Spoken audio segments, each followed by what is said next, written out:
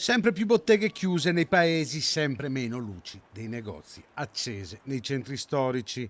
Questo ha spinto la Confesercenti Nazionale a promuovere una proposta di legge di iniziativa popolare per la rigenerazione urbana del commercio e dei servizi di prossimità. Mancano negozi di prossimità, mancano servizi, mancano tutti gli strumenti necessari per poter tenere viva una città.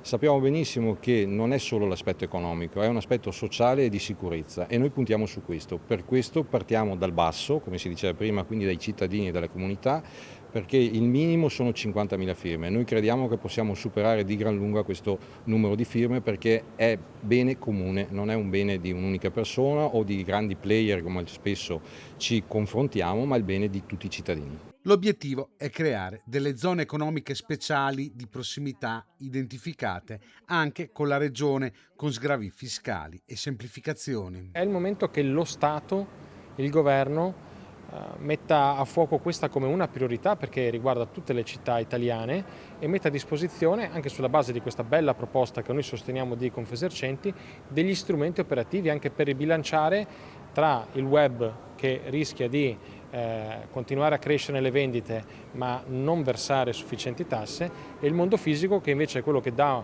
un valore aggiunto importante alle città, che è quello più tartassato. Bisogna riequilibrare le forze. I negozi di prossimità non vendono solo merce, come sottolinea anche lo scrittore padovano Matteo Righetto, sono luoghi di socialità in cui le persone si incontrano e creano comunità. Sono luoghi che hanno a che fare con un incontro ecologico di sistema all'interno di un tessuto sociale urbano.